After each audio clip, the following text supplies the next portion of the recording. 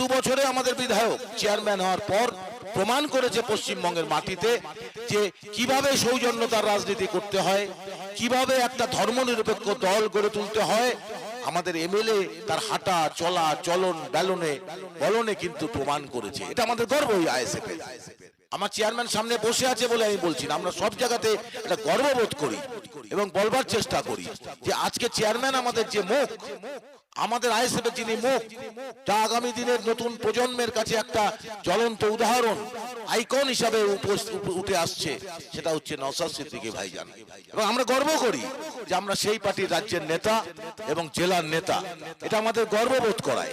কিন্তু প্রশ্নটা হচ্ছে আমাদের কর্মী বাহিনীদেরকে আমি বলি যে আপনারা ভাবতে পারেন যে ওরা সন্ত্রাস করছে, আমরা কি করব, ওরা তোমাদের ভয়ভীতি দেখাচ্ছে, কিন্তু আপনারা জানেন হিটলারও ভেবেছিল, মুসোলিনি ভেবেছিল সারা পৃথিবীটাকে জয় করবে।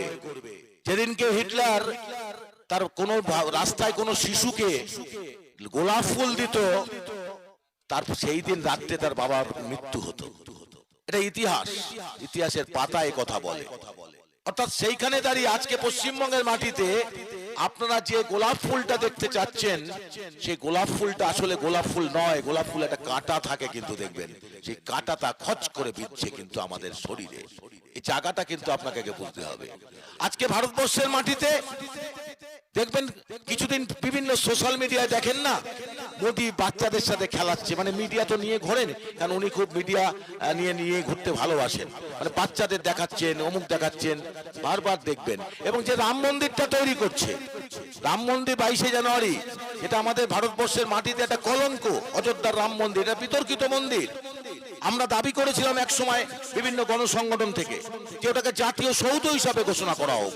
না রাম মন্দির, না বাবরি মসজিদ, কোনোটাই থাকবে না, জাতীয় সৌধ হোক, যখন বিতর্কিত জায়গা। কিন্তু সেই জায়গাটা 1992 সালে রাজীব গান্ধীর প্রধানমন্ত্রীত্বে দরজাটা খুলে দেওয়া হলো। পরবর্তী সময় আপনারা জানেন 90 সালে দরজা গম্বুজ ভাঙা হলো, 92 সালে ধূলিসাৎ করে দেওয়া হলো। আর 2024 সালের 22শে জানুয়ারি একটা কলঙ্কময় অধ্যায় রচিত হচ্ছে, যেখানে রাম মন্দির ঘোষণা গঠিত হচ্ছে। কার টাকায়? সরকারের পয়সায়। আমাদের পয়সা, সরকারের পয়সা মানে আমাদের পয়সা। মন্দির করুন না, কে নিষেধ করেছে? কিন্তু সরকারের টাকায় কেন? সরকারের টাকায় মন্দির হবে কেন, মসজিদ হবে কেন, গির্জা হবে কেন? টাকা যে ধর্মাবলম্বী মানুষ তারা তাদের মতন করে গড়ে নেয়, যেমন আপনারা গড়ে নেন, আমার কাছে যা খবর আছে। ঠিক সেই রকম ভাবেই আজকে কেন্দ্রীয় সরকার একটা মনুবাদী রাজনীতি, ব্রাহ্মণ্যবাদী রাজনীতি 76 বছর ধরে সারা ভারতবর্ষের মাটিতে যেভাবে অনুপ্রবেশ ঘটেছে, মগজের মধ্যে ঘটানো হয়েছে, বিশেষ করে হিন্দুত্ববাদী চেতনার মধ্যে গুজিয়ে দেওয়া হয়েছে যে আসলে ভারতবর্ষটা হিন্দুদের। আসলে ভারতবর্ষের ইতিহাস ভাইজান বলবেন, ভারতবর্ষের ইতিহাসটা আমি সেই জায়গায় যাব না। ভারতবর্ষের ইতিহাসটা হিন্দু মুসলমানের নয়। ধর্মীয় ভাবে কে মানে হিন্দু ছিলেন কে বা মুসলমান ছিলেন এটা বিচার্যের বিষয় নয়। অল আর ইন্ডিয়ান। কিন্তু আমরা আমাদের পার্টি থেকে আমরা সবাই ভারতীয়, আগে ভারতীয়। দেখবেন আমাদের পিরজাদা আব্বাস সিদ্দিকী, যিনি আমাদের পার্টির প্রতিষ্ঠাতা, তিনি বারবার ভারতবর্ষ জিন্দাবাদ স্লোগানটা দিতেন। কেন? আমরা আসলে ভারতীয়। কিন্তু দুঃখের বিষয় কোথায় জানেন? যখন আব্বাস সিদ্দিকী ভাইজান এই পার্টিটা প্রতিষ্ঠা করলেন, তখন সাথে সাথে দেখে দেওয়া হলো যে পার্টিটা নাকি মুসলিমদের পার্টি। কিন্তু আমরা এই কথাটা আমি জোরের সাথে বলবো, একটা ভারতীয় তার অধিকার আছে রাজনীতি করবার, তিনি যে ধর্মই করুন। আমি বারবার সব জায়গায় বলি যে ধর্ম মানে ধারণ করা। কে কি ধারণ করবে সে তার ব্যক্তিগত বিষয়, একান্ত ব্যক্তিগত বিষয়। তিনি করুন না ধারণ, কেউ তো বাধা দিচ্ছে না আপনাকে। এটাই তো ভারতবর্ষের সংবিধানে বলা আছে, ভারতবর্ষের ধর্মনিরপেক্ষ রাষ্ট্র। কিন্তু সেই ভারতবর্ষের মাটিতে আগে রাষ্ট্রীয় মহাসংঘ, স্বাধীনতা সংগ্রামের সময় মহাসংঘ, সেই মহাসংঘের প্রতিষ্ঠাতা ছিলেন সাভারকার, গোয়ালকার।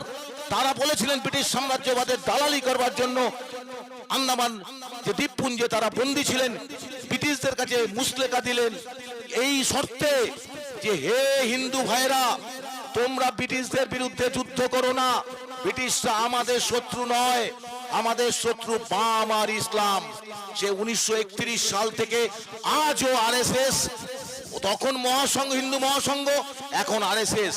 একমাত্র ভারতবর্ষের একটা দল যেটা হচ্ছে বিজেপি, সে নিজের দলটা চালায় না, চালায় আরএসএস।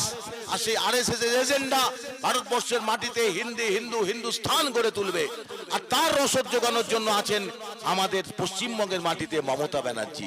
তাই আরএসএস এর যিনি মুখপত্র মোহন ভাগবত, তিনি স্পষ্টভাবে বললেন পশ্চিমবঙ্গের আমাদের দুর্গা হচ্ছে মমতা ব্যানার্জি।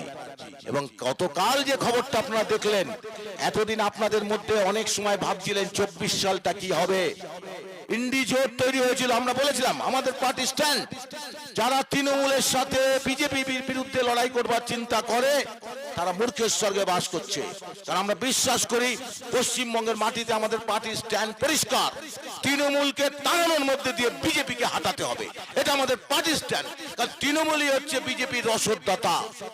যতদিন পশ্চিমবঙ্গের মাটিতে তৃণমূল থাকবে ততদিন পশ্চিমবঙ্গের মাটিতে আরএসএস থাকবে, বিজেপি থাকবে, কারো ক্ষমতা নেই সরানোর। কারণ সোর্স লাইনটা হচ্ছে তৃণমূল, বিজেপির ভিত্তি ঘটানোর লাইনটা হচ্ছে তৃণমূল। এই জায়গাটায় রাজনীতিগতভাবে আপনারা খুব স্পষ্ট থাকবেন। কালকের ঘটনা কি দেখলেন? অনেকে প্রশ্ন করতেন, দাদা ইন্ডি জোটে কি হবে, আমাদের কি জোট টোট হবে কিনা। আমরা কিন্তু স্পষ্ট হয়ে বলেছি আইএসএম নিজের পায়ে দাঁড়াবে। 24 সালের লোকসভা নির্বাচনে আইএসএম নিজের পায়ে দাঁড়াবে। কিন্তু বিজেপিকে হাঁটানোর জন্য যদি কোন লোক আমাদের সাথে আসতে চায়, তৃণমূলের বিরুদ্ধে করে, তার জন্য দ্বার কিন্তু খোলা আছে। কিন্তু আমরা যেচে কারো সাথে আপোষ করতে যাব না। আমাদের ইজ্জত আছে, আইএসএফ একটা নিজস্ব দল, তার নিজস্ব মতাদর্শ আছে, আমাদের একটা এমএলএ আছে। আমরা জাতীয় স্তরে যে ভূমিকা পালন করছি, রাজ্য স্তরে যে ভূমিকা পালন করছি, সে ভূমিকা অনেক দলও এখনো দেখাতে পারছেন না। মিডিয়া কি দেখাচ্ছেন এটা কিন্তু ভাববেন না। আজকে দেখছেন আমাদের ছোট ভাইজান চেয়ারম্যান যেখানে মানুষের বিপদ চলে যাচ্ছেন, আপনারা নিশ্চয়ই সোশ্যাল মিডিয়ায় দেখতে পাচ্ছেন। কিন্তু কালকে আমরা প্রথম থেকে বলেছি মমতা ব্যানার্জি কখনো বিজেপি বিরোধিতা করবে না। ওই ইন্ডি জোটের মধ্যে গিয়েও ভোট পাকাবেন। কালকে ঠিক দিল্লিতে গিয়ে ভোট পাকিয়েছে, এখনো ভোট হলো না, কেউ জিতলো না, উনি প্রধানমন্ত্রী কে হবে তার মুখ করে দিলেন, অর্থাৎ জোটটাকে ভেঙে দাও। মল্লিকার্জুন খাড়গেকে প্রধানমন্ত্রী করবেন কংগ্রেস দল করেন। মল্লিকার্জুন খাড়গে তো কংগ্রেসের সভাপতি, তাদের দল ঠিক করবে কে প্রধানমন্ত্রী হবে না হবে, এটা দলীয় সিদ্ধান্ত। উনি বলার কে? উনি বলে দিল্লিতে গিয়ে কালকে ইন্ডি জোটে একটা ভোট পাকিয়ে চলে এসেছে। অর্থাৎ আমরা প্রথম থেকেই বলছি মমতার দ্বারা কোনোদিন বিজেপি বিরোধিতা করা সম্ভব নয়। যাই হোক, সেটা ইন্ডি জোটের ব্যাপার, ওরা বুঝবে, আমরা তো জোটে নেই। কিন্তু আমরা পরিষ্কার করে বলতে চাই আইএসএফ একটা রাজনৈতিক দল, তারা নিজের পায়ে দাঁড়াতে জানে। এটা প্রমাণ করেছেন আপনারা। ভাঙড়ের বুকে দাঁড়িয়ে মার খেয়ে লড়াই করে, কাঁধে কাঁধ দিয়ে লড়াই করে, রক্ত দিয়ে প্রাণ দিয়ে, তবুও যে কটা সিট আপনারা জয়ী হয়ে সার্টিফিকেট নিয়ে এসছেন, তার জন্য আমরা সংগ্রামী অভিনন্দন জানাই এবং সবাইকে সালাম জানাই। এটা আপনারা পথ দেখিয়েছেন। আজকে আমরা উত্তর 24 পরগনায়, আমি একটা সংগঠক পার্টি হিসেবে বলি, ভাঙড় আমাদের একটা উদাহরণ। আপনারা সেই উদাহরণ স্থাপন করেছেন, ভয় পাবেন না।